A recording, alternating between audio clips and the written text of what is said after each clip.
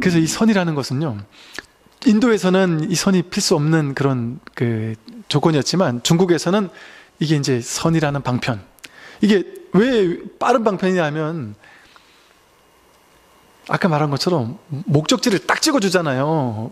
그러나 그 딱 찍어주는 게 어디라고 이렇게 위치나 방향이 정해져 있는 게 아니지만 이 전부니까. 그러나 이 딱 직진심한단 말이에요. 법을 바로 가리켜 보인단 말이에요. 그러니까 해탈, 어떻게 하면 해탈? 초기 불교에서는 해탈? 뭐가 해탈이에요? 원인을 알면 된다 이런단 말이에요. 분별이 원인이다. 분별을 빼라. 분별이 원인이구나. 원인을 자꾸 제거한단 말이에요. 탐진치가 원인이구나.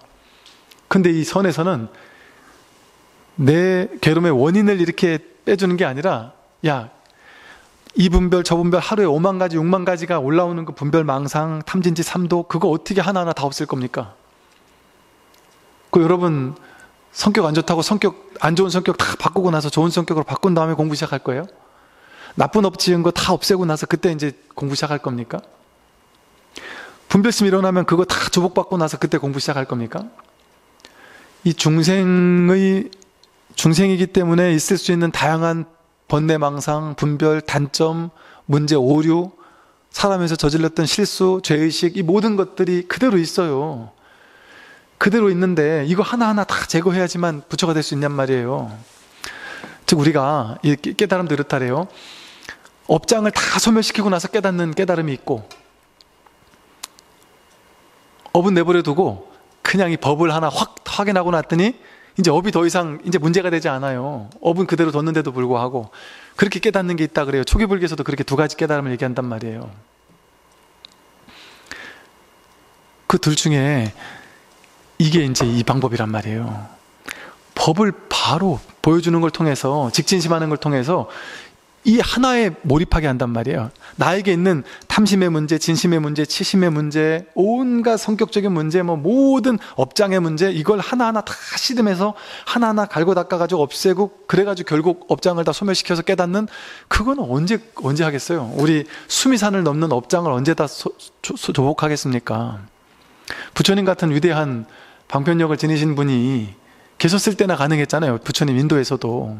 그 이후에는 그렇게까지 한 사람이 없었잖아요. 그런데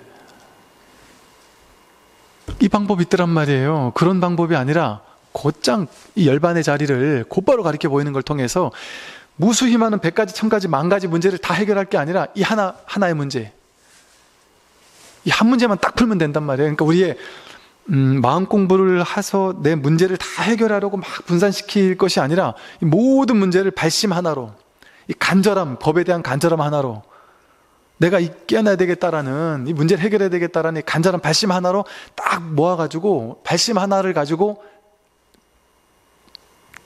생각을 움직이게 못하게 해서 생각이 꽉 막히게 해가지고 분별이 꽉 막히게 하는 거예요. 그렇게 해서 곧장 직진심을 해줄 때 사람들은 도대체 저게 뭘까? 근데 이거 머리로는 안 된다 하니까 머리로 막 이해해서 풀 수는 없고 그냥 가슴만 답답할 뿐이에요. 가슴만 답답한데, 그러니까 이 먹고가 진짜 이 먹고가 아니에요. 이 먹고 하면 이것이 무엇이? 나는 누구지? 뜰 앞에 잣나무는 뭐지? 이게 진짜 화두가 아니에요. 그거는 이것이 뭐지 하고 생각이 개입되잖아요. 왜 뜰 앞에 잣나무라고 했을까? 이게 진짜 화두가 아니에요. 진짜 화두는 그런 이미지가 그려지면 안 된단 말이에요. 그거는 생각이 개입되니까, 생각 개입되지 않고 그냥 알고 싶은 하나. 저 스님이 어쨌든 이 법이랑 견성이라는 걸 얘기를 하는데, 직진심에서 이 법을 보여준다고 하는데 도대체 나는 왜 모르지? 그 갈급함, 답답함, 깝깝함, 막힘. 그런데 저 스님이 뭔가 명확하게 좀 보여주지 말이야. 명확하게 보여준단 말이에요. 명확하게 이렇게. 근데 나에겐 저게 명확하지 않단 말이에요. 깝깝하단 말이에요. 때로는 약 올리는 것 같이 느껴지기도 하고, 때로는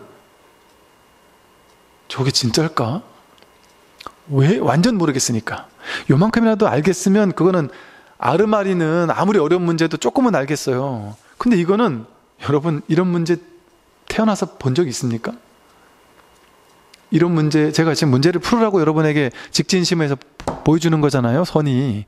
근데 여러분, 이런 문제를 태어나서 한 번이라도 본 적 있냔 말이에요. 난생 처음 보는 문제를 지금 여러분은 접한 거예요. 왜 여러분 뭐 미분 적분을 풀어라 이러면 중학교 고등학교 문제를 하나하나 이렇게 풀다 보면 미분 적분도 이해될 때가 있겠지, 이렇게 뭔가 가는 길이 있잖아요. 어떤 문제도 대충 감은 온단 말이에요. 왜? 중생세계에서 당연히 접해볼 만한 문제니까. 근데 여러분, 이 문제 태어나서 한 번이라도 들어본 적이 있냔 말이에요. 이게 법이거든요. 여러분, 이게 부처예요. 이게 지금 제가 직진심하는 거예요. 곧바로 여러분 마음을 곧바로 가리켜보는, 이게 여러분 마음이에요. 이게 법이에요. 이게 부처고 이게 불성이에요. 아시겠습니까? 이 한 문제 푸는 거, 이 한 문제. 이 한 문제. 근데 이거는 어떻게 푸느냐? 생각은 안 돼요. 다른 모든 문제는 생각으로 풀 수 있잖아요. 이거는 생각을 하면 무조건 틀렸어요.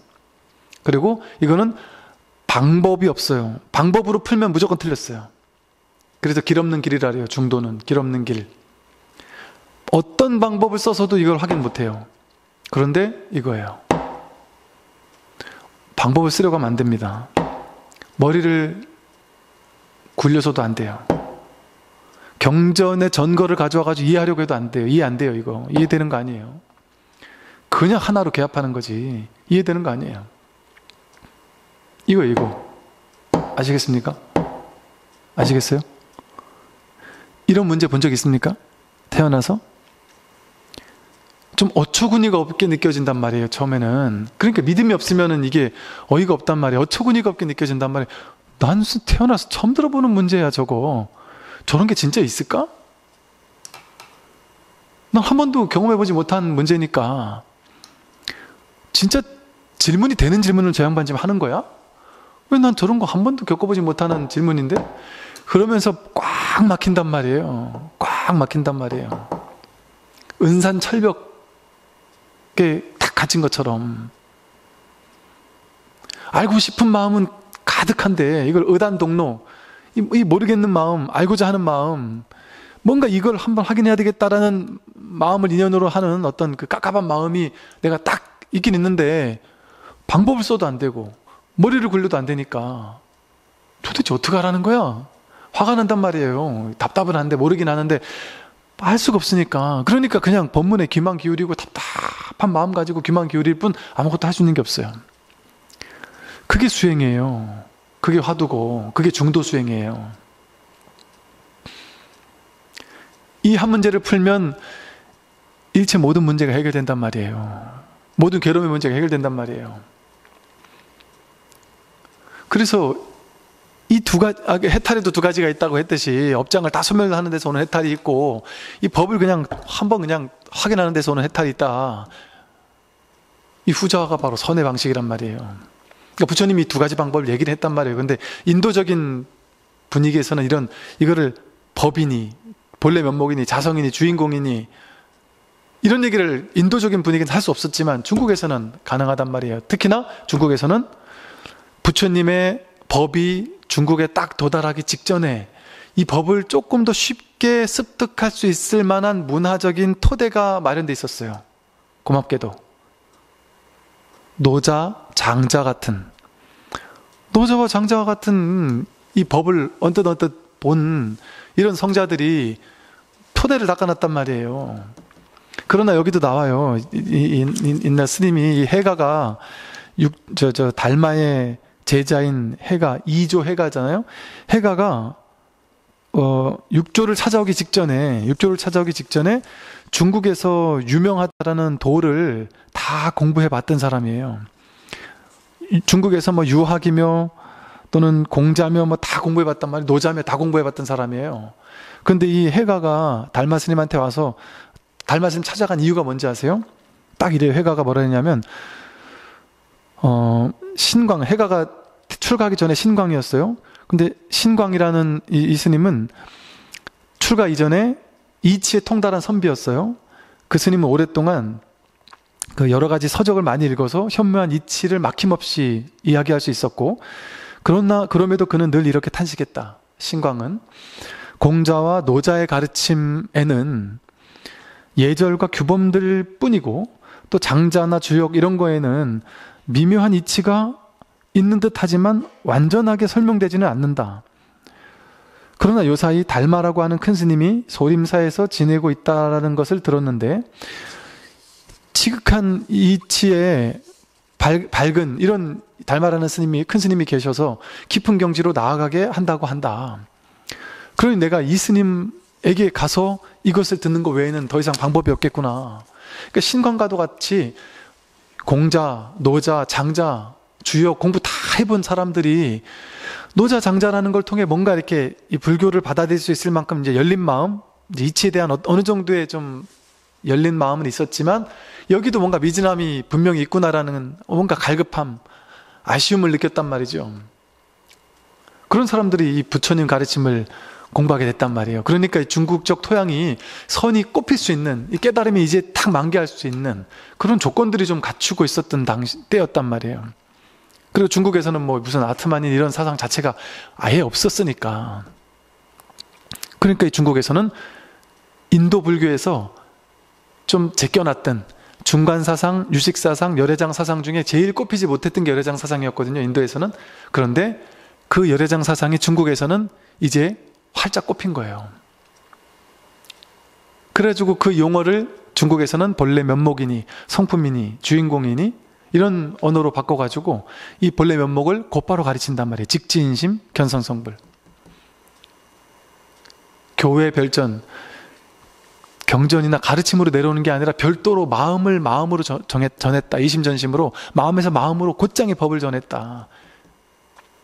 그게 부처님의 시민을 정한 것이다. 그 시민을 깨닫는 게 그게 부처님의 진짜 뜻이다. 근데 지금까지의 인도적인 방편을 가지고 한 1000년 넘게 인도에서 시도를 해봤잖아요. 이제 인도에서 1000년 넘게 했는데 답이 안 나왔단 말이에요. 거기 깨달은 사람이 안 나왔단 말이에요. 부처님 시대 이후에 인도에서 그 훌륭한 대승불교 경전이 있었음에도 불구하고 그걸 보고 깨달은 사람은 없었단 말이에요. 그러니까 이 방법으로는 안 되는구나. 안 되는 거는 빨리 포기해야죠. 아무리 좋아도 안 되는 거 계속 붙들고 늘어지면 되겠습니까? 법을 포기할 수는 없지만 법을 가리키는 손가락은 산의 정상에 가는 건 포기할 수 없지만 이 길을 도저히 못 가겠으면 이거 빨리 포기하고 딴 길을 가야죠. 교수법은 달라질 수 있단 말이에요. 근데 다행히도 이게 북전으로 중국으로 전래되면서 그 토양이 만들어졌고 이게 참 놀랍지 않나요? 이게 이 세상 자체가 그렇게 준비시켜 놓은 게 아닐까요? 노자와 장자를 준비시켜 놓은 게 아닐까요? 중국이라는 곳에서. 그러니까 그런 어떤 토대에서 이제 선이 꼽힐 수 있었던 거예요. 달마부터 시작해가지고. 그래서 이 선이 중국에서 활짝 꼽히면서 선의 황금기라고 불리는 시대에는 무수히 많은 제자들이 마조 밑에서 139명의 제자가 견성을 했다고 그러잖아요. 견성하고 보임을 하는 이런 놀라운, 어찌 보면 이제 분별을 해보자면 가섭이나 사립을 목건년 못지않은 진짜 거의 부처님 모르겠지만 하여간 근처까지 갈 만한 그런 도인들이 출연하던 그런 어떤 선의 황금기를 맞을 수 있었단 말이에요. 이렇게 선이 중국에서 이제 꽃피기 시작할 수 있었단 말이에요. 막 나무를 키우고 열매를 맺기 시작할 수 있었단 말이에요. 그러나 그게 당나라 때 송대 초기까지만 하고 나서는 이게 또 꺾였단 말이에요. 그리고 이게 이제 가나선이라는 것으로 약간 변모되면서 초기 가나선은 아주 기가 막힌 이 조사선을 조금 구조화시킨 거지만, 그러니까 마치 가나선이 뭐냐 하면요, 지금 이 법이 달마스님부터 시작해서 6조부터 이제 꼽힌 이 선을 조사선이라고 굳이 이름을 붙인다면, 열애선 조사선 아니면 선불교 뭐라고 해도 좋아요. 근데 가나선은 이거를 좀 구조화시킨 거예요. 형식화시킨 거예요. 수행 방법화시킨 거예요. 쉽게 말해, 여러분 윗바사나라는 수행을 하버드 대학교 교수인 존 카바치네라는 박사가 그냥 윗바사나를 그대로 가져와 가지고 MBSR이라고 이름만 바꿨어요. 이름만 바꿔가지고 스트레스를 이렇게 해결하는 마음 챙김 방법 이래가지고 MBSR을 만들어서 지금 뭐 심리학이 전부 다 그쪽으로 가고 있잖아요. 세계적으로 지금 이 명상, MBSR 뭐 이런 게 막 유행한단 말이에요. 근데 존 카bat-zin이라는 박사는 본인이 뭐라고 얘기를 하고 있냐면, 나는 불교의 수행법을 가져와가지고 힌트를 얻어서 이 MBSR을 만든 게 아니고 MBSR은 그냥 고스란히 불교 그 자체다, 이렇게 얘기하고 있어요. 변형시키지 않았다, 그냥 불교다, 이렇게 얘기하고 있단 말이에요. 제가 이제 MBSR, 우리나라의 그 존 카bat-zin이라는 MBSR 그 창시했던 하버드 교수, 그분한테 전 세계적으로 뭐랄까, 이걸 가르칠 수 있는 이제 자격, 이걸 취득한 사람이 그 당시, 지금은 모르겠어요. 그 당시 한 70명 됐대요. 근데 그 중에 우리나라에도 한 명 있단 말이에요. 그 교수님한테 제가 군에 있을 때 군 예산 들여가지고 거기 우리 전국에 있는 군에 있는 스님들 뽑아가지고 교육도 보내주고 그래서 제가 그 4박 5일 교육을 뭐 몇 회기를 갔다 왔어요. 저 그 자격증도 받고 다 해봤어요. 좋은 기회였죠. 해봐서 다 알아요. MBSR 이런 게 뭔지를. 그 MBSR이 그대로 불교 윗바사나의 제가 언뜻 보자면 윗바사나 수행체에서 수행하는 거에 약간 초기 과정 정도? 예. 아주 쉬운 초기 과정 정도를 구조화시킨 거예요. 그래가지고 이렇게 서양에서 막 선풍적인 명상 비법으로 마음 산업이라는 이름까지 막 써가면서 좀 안 좋게 말하면 막 돈벌이를 하고 있단 말이에요. 선풍적인. 그리고 요즘에 명상이 돈이 된다는 얘기를 듣고 막 무수히 많은 사람들이 명상에 뛰어든다니까요. 지금 엄청 많다니까요. 왜? 그만큼 요구가 많은 거죠, 사람들의. 그것처럼 이 초기 선불교를 방법화시킨 것, 그게 가나선이에요. 그러니까 그게 다르지 않은 거죠. 그런데 이제 문제는 뭐냐면, 초기 가나선은 아주 좋단 말이에요. 근데 이후로 오면서, 나중에 가나선이 오면서 가나선이 조금 변질된달까? 내지는 조금 이렇게 변화되기 시작해요. 자꾸 아르마리로. 이게 전부거든요. 뜰 앞에 잣나무가 아니라 여기서 끝이에요. 사실은 이게 뜻이 들어갈 수가 없어요. 이 먹고가 아니라 이예요. 그냥 여기서 꽉 막혀야 돼요. 화두가 확 잡혀야 돼요. 그런데 왜 무라고 했을까?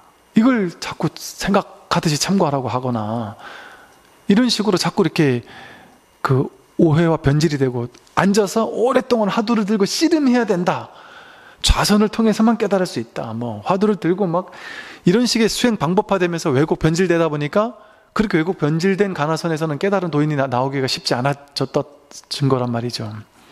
그래서 다시 우리 대승불교가 나오면서 초기에 석가모니 부처님의 본뜻으로 돌아가자 하는 운동이 대승불교에서 일어난 것처럼, 지금 선불교에서 일어나는 분위기는 어떤 거냐면, 저도 마찬가지고 초기 선불교의 달마와 육조의, 마조와 황벽의, 임재의 그 활발했던 선의 본령으로 다시 되돌아가자, 오염된 그런 수행법에 천착되지 말아야 되지 않겠느냐 하는 선이에요.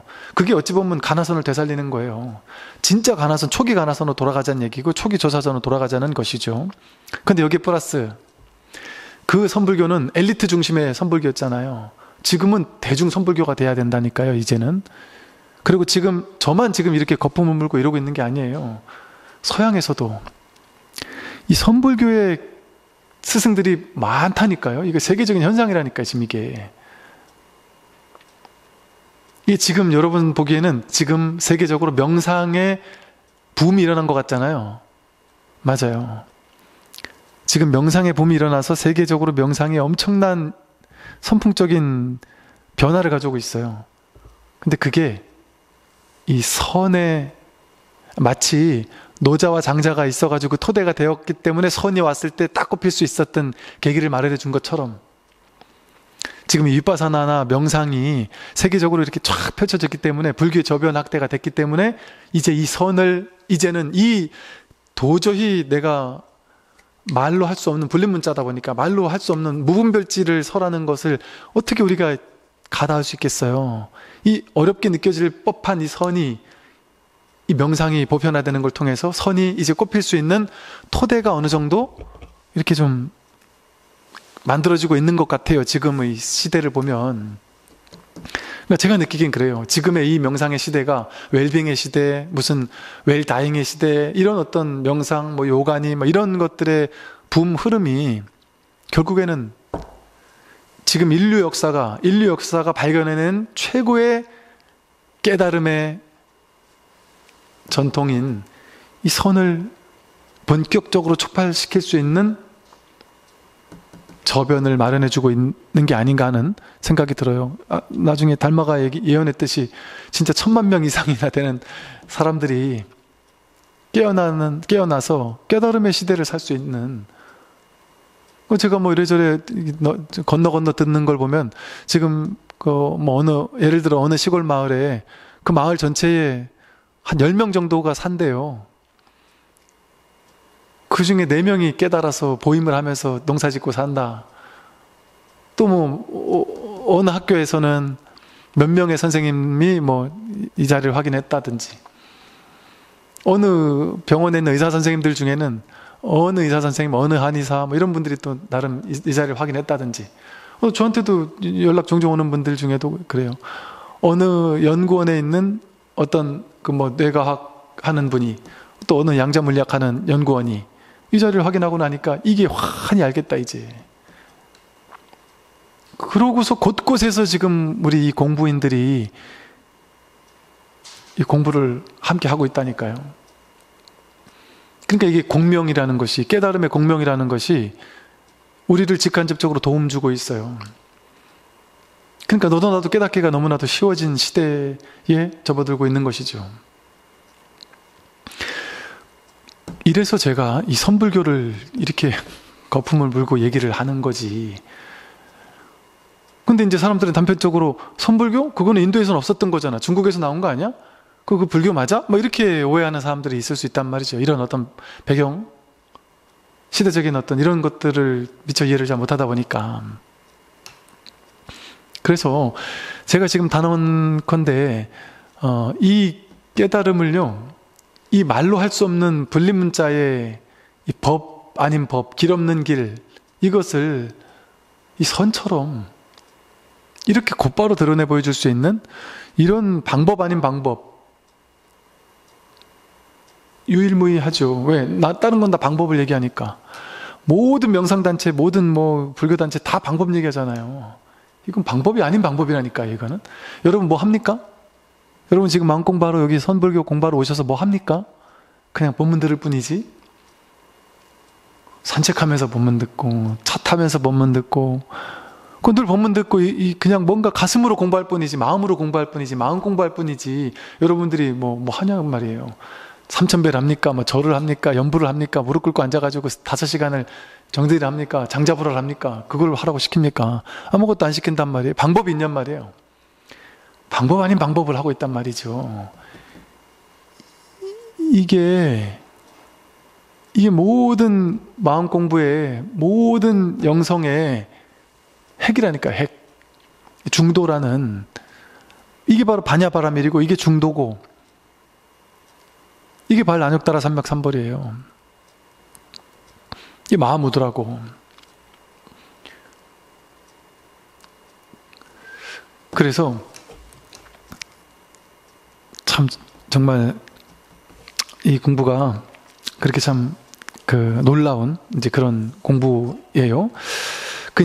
그래서 이제 아마 다음 주쯤부터는 달마 혈맥론과 달마에 대해서 이제 좀 더 공부를 할 텐데, 이 달마 혈맥론은요,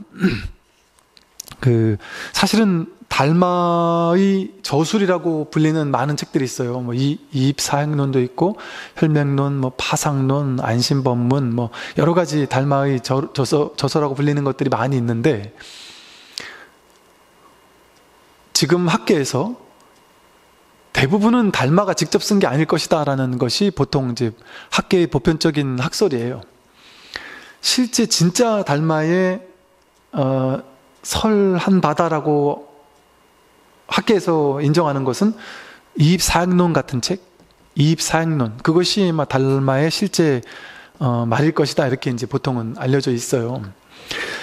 그럼 이 혈맥론을 비롯한 나머지 어떤 책들이 주로 이제 견성에 대해서 설하고 있거든요.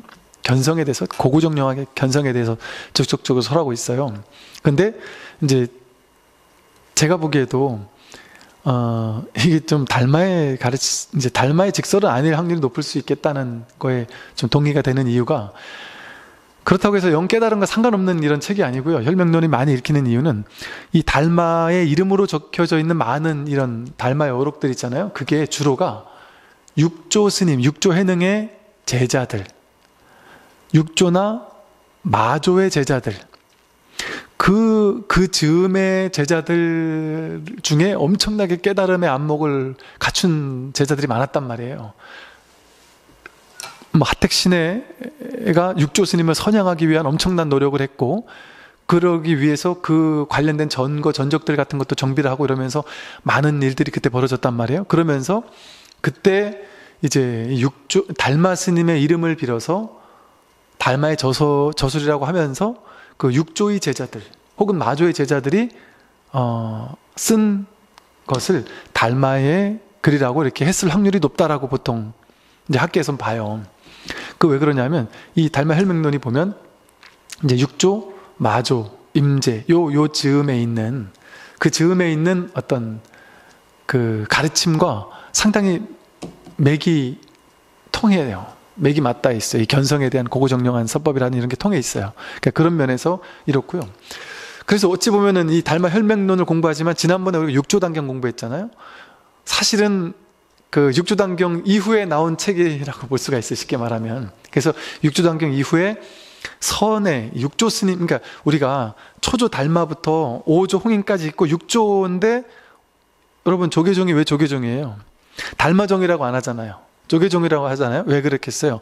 초조부터 2조 해가 3조 도신, 4조 승찬, 5조 홍인, 이 5조 때까지도 훌륭했지만 6조 스님 때 비로소 선이라는 것에 이 도노의 확실한 직지인심의 확실한 법을 확실하게 설하고 있기 때문이에요. 이 달마부터 5조까지만 해도요, 이를테면 그러니까 5조의 제자가 신수와 해능이 있었잖아요. 5조 홍인의 제자가 신수도 있고 해능도 있었는데, 신수는 앉아서 좌선한다 이랬잖아요. 6조는 좌선하는 거 아니다 이랬잖아요. 근데 그 둘 다 5조의 제자인데 5조에게 더 많이 공부를 전수받은 사람은 신수지 오히려. 그죠? 6조는 마지막에 와서 잠깐 몇 달 행자하다가 바로 6조를 받은 거잖아요. 그러니까 법은 6조가 받았지만 오랫동안 법을 배운 사람은 신수란 말이에요. 그러니까 어찌 보면 공부의 전통은 신수가 더 전달 많이 받았을 거 아니에요? 즉 그러면 5조 홍인이 좌선을 하라 그랬나? 5조 홍인도 좌선에 대한 얘기를 일부 했단 말이에요. 신수에게만 그게 보이는 게 아니라, 즉 초조부터 5조까지는 좌선의 방편에 대해서 그렇게까지 막 하지 마라 이렇게까지 얘기하지는 않았어요. 그냥 이 방법론에 대해서 어느 정도 인정했단 말이죠. 쉽게 말해. 방법론. 이거는 방법 아닌 방법이지만 그 방법론을 어느 정도 인정했단 말이에요. 왜? 인도에서 그걸 다 인정했으니까. 인도에서 선이라는 거, 이런 것이 그런 어떤 방법을 쓰는 거였으니까. 그러니까 그 당시 불교가 전파되면서도 무슨 정토니 이런 것들이 전파됐을 때 다 방법론이었어요. 연부를 통해 극락왕생한다. 연부라는 수행법, 아니면 선이라는 것은 나머지 수행들은 좌선이었어요. 요가 전통, 인도의 어떤 요가 전통이라든지 어떤 삼매 전통 이런 것들이 그대로 넘어와가지고 삼매경 이런 거, 안반수경 이런 것들 넘어와가지고 좌선하는 불교, 그런 게 보편적이었단 말이에요. 그러니까 공부하면은 좌선이었단 말이에요. 그 당시만 해도.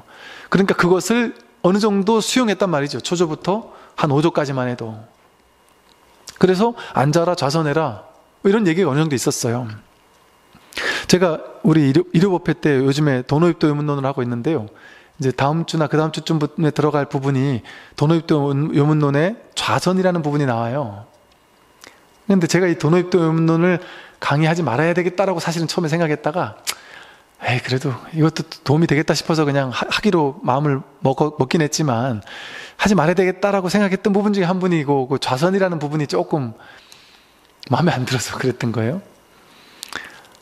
거기서 앉아서 성품을 본다. 앉아서 좌선을 통해 선법을 본다, 뭐 이런 식의 얘기가 나와요. 그게 뭐냐 하면 이 대주해의 도노입도 의문론도 마찬가지예요. 대주해해라는 마조의 제자거든요. 대주해해가 직접 썼다라고는 하는데 이 대주해해가 마조의 법맥을 이었다기보다는 하택신해의 법맥을 이으면서 하택신해와 그 마조의 그 분위기에서 그 즈음에서 달마 혈맹론도 나오고 달마의 어록도 나왔을 거라고 본다 그랬잖아요. 그것을 제작했을 거라고 예상되는 그 그룹, 그쪽에서 대주해해가 영향을 받았을 거라고 보통 봐요. 그러니까 대주해의 단호의도 요문론과 달마 혈맹론이라든지 이런 것들이 어느 정도 영향을 주고받았을 거라고 본단 말이죠. 학계에서도. 그런 측면에서 한 5조 이전까지는 거기도 이제 선에 앉아 좌선한다는 얘기가 어느 정도 나오듯이, 근데 이제 나중에 6조와 6조 이후가 되면 앉는 게 공부 아니다. 그러다 이제 6조의 제자 남전인가요? 그때 되면 누구예요? 마주의 스승이 마주한테 거울을 갈면서 거울 갈아서 부처가 된 기왓장을 갈아서 거울 되지 않는 것처럼 앉는다고 부처되냐, 앉아서 부처되는 거 아니다, 이렇게 딱 내치고 있잖아요. 그런 어떤 수행하는 거 아니다라고 딱 내치는 그 공부가 6조부터 시작이란 말이에요. 6조, 마조 이때부터 시작이란 말이죠. 그러다 보니까 이 6조의 전통이 남정선이라고 해서 6조 때부터가 어떤 본격적인 선이라고 이렇게 보는 거예요. 그러니까 6조가 살았던 동네가 조계란 말이에요. 그러니까 이게 조계라는 말을 지금까지 쓰는 거죠. 그러니까 그 앞에 있는 5조 홍인까지는 뭐랄까, 이 선의 어떤 토대 정도? 토양을 이렇게 딱 견고할 수 있었던 그런 정도라고 봐요. 보통은. 그래서 이제 그 앞에까지만 해도 좀 좌선하는 것도 어느 정도 인정했고 이런 분위기들도 조금은 있어요. 그래서 이 달마 혈맹론, 우리가 달마 이름으로 공부는 하고는 있지만 이 또한 6조 이후에 어떤 그 선의 전통, 그런 것들을 좀 볼 수 있는 좋은 텍스트가 되기도 한다라는 것이죠. 예, 그런 정도를 좀 알아두고, 그리고 이제 그 달마 혈맹론을 또 공부하기 앞서서 이제 다음 주에는 또 뭘 좀 볼 거냐면, 이 달마가 그럼 누구냐? 이제 어쨌든 선의 첫 시작이 달마부터 시작됐잖아요. 선이라는 것이 달마에부터 시작이 됐어요. 근데 지난 강의랑 이번 강의에서는 이 선이라는 걸 이제 요즘 사람들이 자꾸 헷갈려 하니까, 도대체 선이 뭐냐? 선불교가 뭐냐? 또 심지어는 뭐 초기만을 부처님 가르칩니다 이렇게 보는 사람들은 선은 그 불교 맞냐 이렇게까지 막 보는 사람이 있다 보니까, 그럼 왜 그렇게 좋은 게 인도에는 없었냐 뭐 이렇게 얘기하는 사람도 있고, 이러다 보니까 그런 어떤 맥락을 설명해 드리느라고 이렇게 설명을 드렸고, 이제 다음 시간부터는요, 이제 달마가 어쨌든 선의 초조라고 하잖아요. 그러면 달마는 도대체 누구지? 어디서 갑자기 뜬금없이 나타나가지고 어떤 행적을 해왔고 6조에 이르기 전까지 어떤 일들이 있었을까? 그리고 또 달마까지 뭐랄까, 달마를 인도의 28조라고 부르죠. 그리고 선의 초조라고 부른단 말이에요. 그래서 6조 해능을 초조부터 6조까지 해서 6조라고 하면서 선에서는 33조라고 그러거든요. 근데 이것이 인도에는, 그러니까 쉽게 말해서 선에서 뭐 1조가 가섭이고 2조가 아난이고 뭐 3조가 상나와수존자고 뭐 해서 7조 8조 이렇게 해가지고 뭐 27조가 바냐다라 존자고 28조가 보리달마 존자다 이렇게 해서 이게 그 법맥이 내려오는 게 중국에서 이런 서적이 나온단 말이에요. 그리고 그 법을 전해주는 전법 개송 같은 것들도 중국의 자료에서 다 나와요. 6조 단경에 끝난 부분에도 이 얘기가 나왔단 말이에요. 그 6조 단경에 딱 등장을 하기 시작하는 거예요. 인도의 28조와 중국의 6조 단경부터 나와요. 그러면 그게 진짜라면 인도에도 그런 자료가 있어야 될 거 아니에요. 인도에 뭐 3대, 4대, 5대, 7대 조사, 8대 조사, 10대 조사, 11대 조사 뭐 이런 게 있어야 될 거 아니에요. 근데 인도에서 나온 산스크리트 자료에서는 여기서 나오는 28조가 나오지 않는단 말이에요. 전혀 자료가 없단 말이에요, 인도에는. 중국에만 있단 말이에요. 그러니까 이 말은 선이 처음에 이렇게 좋은 가르침에도 불구하고 선이 처음에 딱 등장하던 그 시절에 선이 쉽게 말해 너무 약진하니까, 쉽게 말해 너무 잘 나가니까 교학을 하던 다른 종단에서, 종파라든지 이런 다른 불교권에서 얼마나 시기 질투를 했겠어요. 부처님을 보고 모함하려던 사람들이 엄청 많았거든요. 부처님을 보고 모함해서 죽이려고 자객을 보내기도 하고, 막 여인을 시켜가지고 부처님이 애를 뱄다고 막 하는 모함도 있었고, 별의별 짓이 다 있었잖아요. 달마스님도 마찬가지거든요. 달마스님 또 그 밑에 제자 해가 스님도 마찬가지예요. 이분들을 막 모함하던 스님들이 있었어요. 그래서 이분들을 죽이려고 막 했던 스님들이 있었어요. 이렇게 깨달음이라는 건 죽고 죽일 정도로 무서운 거예요.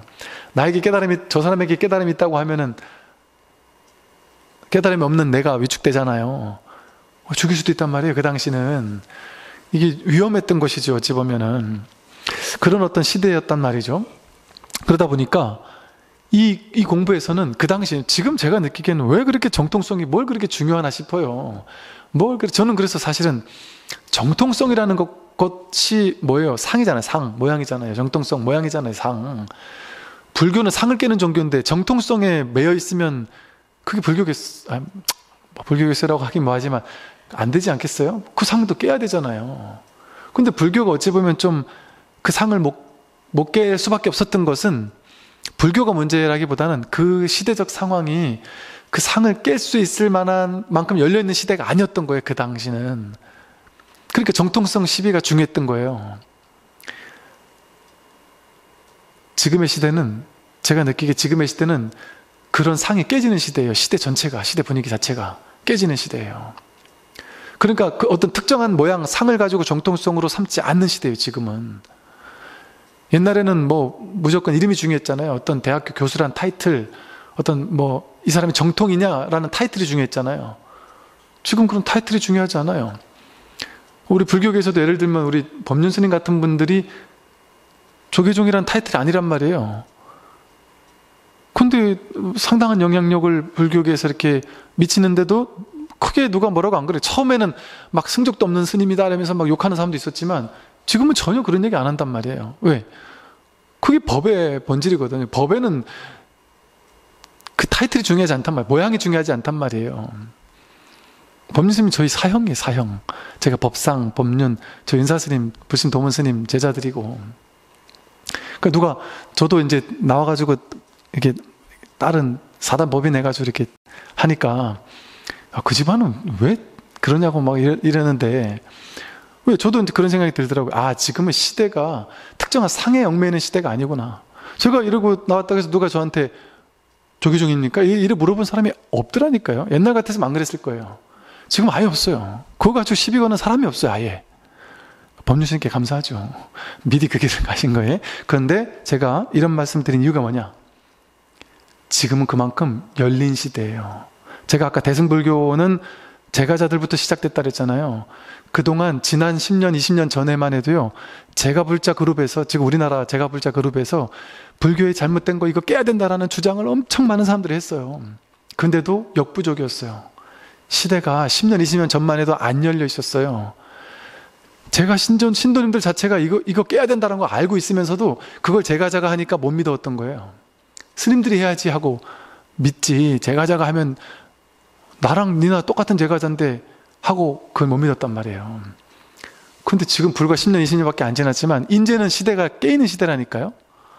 제가 선지식으로 인정받는 시대이고, 출제가 상관없는 시대고, 남녀가 상관없는 시대고, 무슨 특정 종파 특정 이런 게 상관없는 시대예요.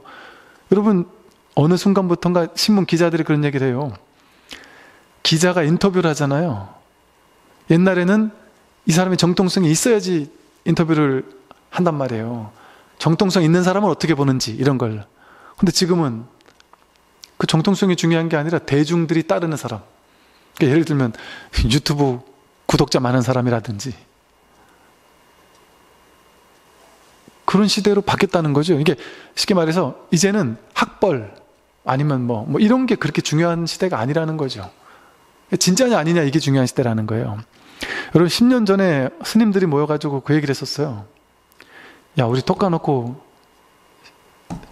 우리 스님들끼리 지금 이 세상에 나와 있는 제가 선지식들, 제가 명상 지도자들, 제가 뭐 윗바사나 지도자들, 뭐 이런 사람들, 그런 분들하고 스님들 중에 좀 공부 좀 했다는 스님들하고 진짜 스님이라는 상 다 빼고 그냥 딱 붙으면 스님들이 이기겠냐? 스님들끼리 자성의 목소리로 우리 스님들이 이렇게 하면 안 된다. 신도님들이 전에 막 찾아와서 기도하고 기복적으로 막 축원해달라고 돈 내고 막 한다고 해서 거기 안주하면 안 된다, 스님들. 제가 저 선지식들이 오히려 더 이렇게 열심히 하고 있는 시대고 나중에 이러다 보면 스님들이 오히려 역전된다. 스님들이 여기만 안주해가지고 신도님들이 보시하는 거에만 안주해서 살아서는 안 된다 하면서 스님들 사이에서 앞으로의 시대는 그런 시대가 아니다. 이런 반성들이 있었다니까요. 과거에 벌써. 근데 설마 했어요. 저도 그때 그 얘기 듣고. 지금 그런 시대가 되고 있다니까요.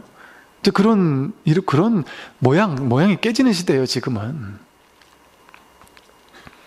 그래서 이제는 지금 서양이 그래요. 지금 서양에서 제가 아까 말한 뭐 에카르톨레도 그렇고 많은 이 선을 가르치는 선지식들이 있거든요. 그 사람들 한 명도는 아니겠네. 그 사람 중에 상당수는요, 불교라는 타이틀 없어요. 그리고 불교를 가르쳐요. 그럼 말하자면 불교를 가르치는 거죠. 도를 가르치고 깨달음을 가르쳐요. 용어 다 바꿔가지고. 그냥 그대로 불교예요. 그대로 불교예요. 근데 불교라고 안 그래요. 본인은 종교 불교라고 안 그래요. 그 비유는 하죠. 강의하다가 옛날부터 불교에서는 이렇게 얘기했다. 불교의 누구는 이렇게 얘기했다. 이런 식으로 얘기를 할 뿐이지 본인은 나는 불교 신자다 이런 얘기 안 해요. 왜? 그런 얘기 할 필요도 없어요. 해도 그만 안 해도 그만이에요. 해도 그만 안 해도 그만이에요. 제가 머리를 기르고 정장을 입고 여기서 이 얘기를 하나, 이 옷을 입고 이 얘기를 하나 똑같은 거 아니에요? 여러분의 의식이라면 똑같지 않잖아요. 근데 일반 대중들은 다르죠. 그게 또 모양에 얽매이고 사니까. 그러니까 저도 어찌 보면 이게 써먹는 거예요, 이 방편을. 왜? 이 방편을 통해서 일단 불자들이 먼저 깨어나야 되지 않겠어요? 불자들이 워낙 2500년 동안에 분별해서 사로잡혀 살다 보니까 불자들부터 먼저 깨어나야 돼요. 그래서 불교는 불교가 아니다. 그러므로 불교다. 불교는 이름을 불교라고 할 뿐이다. 이런 게 옛날에 제가 어떤 스님이 하시는 명상센터 갔을 때 그 명상센터를 운영하는 그 스님께서 그러시더라고요. 제가 군에 있다 보니까 군 예산으로 많이 다녔어요. 그러고 보면 별의별 요즘 최신의 심리 이런 것 자격증 다 있어요. 어지간한 게. 근데 거기는 이제 기왕 보내줄 거면 나는 그 스님이 하는데 보내주십시오 해가지고 여러 군데를 다녀봤는데 그 스님도 그 얘기를 하시더라고요. 스님은 스님이 아니라 이름이 스님일 뿐이다. 그러므로 스님이다. 그 얘기를 하시면서 그 스님이 뭐라 하시냐면 스님이 나는 스님임네 하는 상이 있으면 그 사람은 스님 아니다. 그게 금강경에 왔습니다. 스님은 스님이지만 스님이라는 상이 없는 사람이면 이름이 스님일 뿐이다라는 생각이 있는 스님이면 그 스님은 진짜 스님이다. 그 스님은 마음이 스님이면 그게 진짜 스님이다.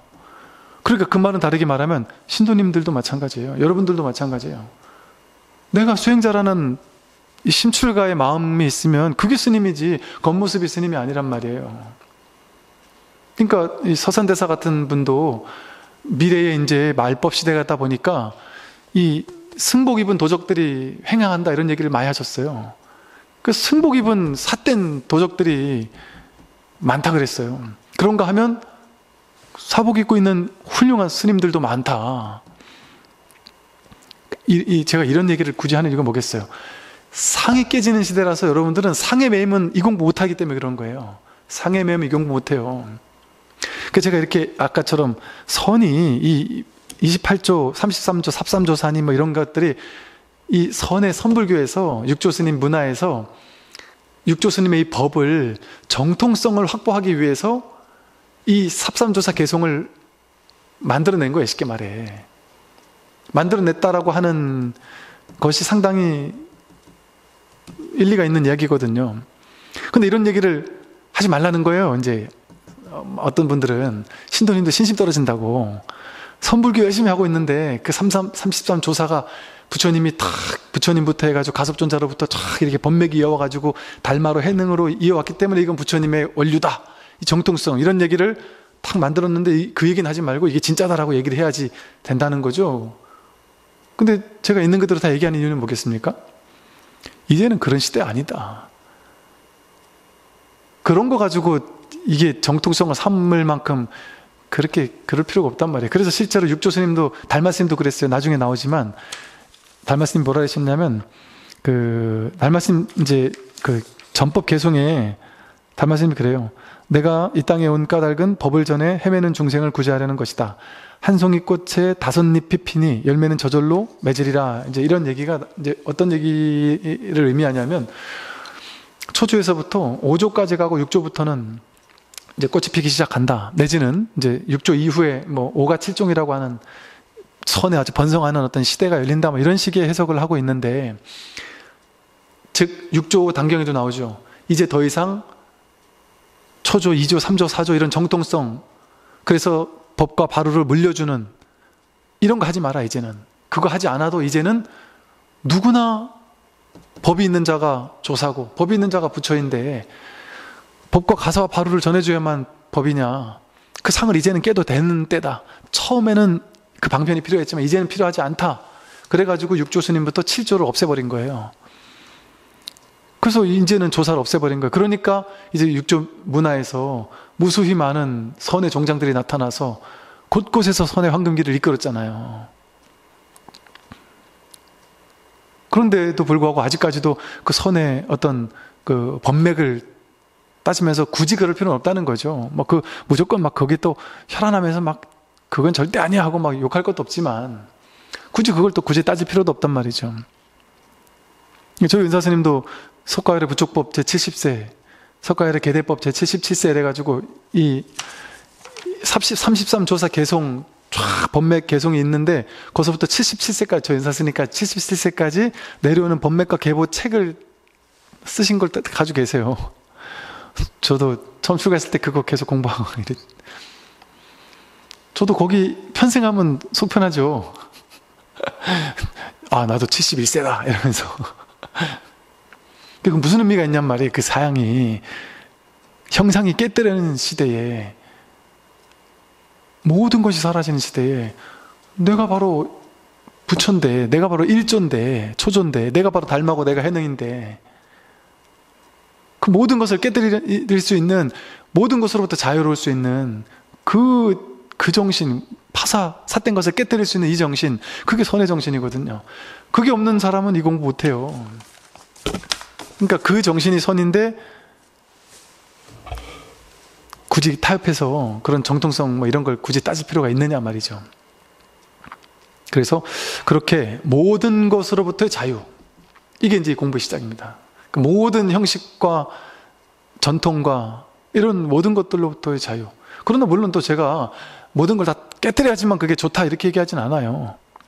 전통은 전통대로 아름다운 거예요. 모든 기도, 신행, 이거 다 그 나름대로 아름다운 거예요.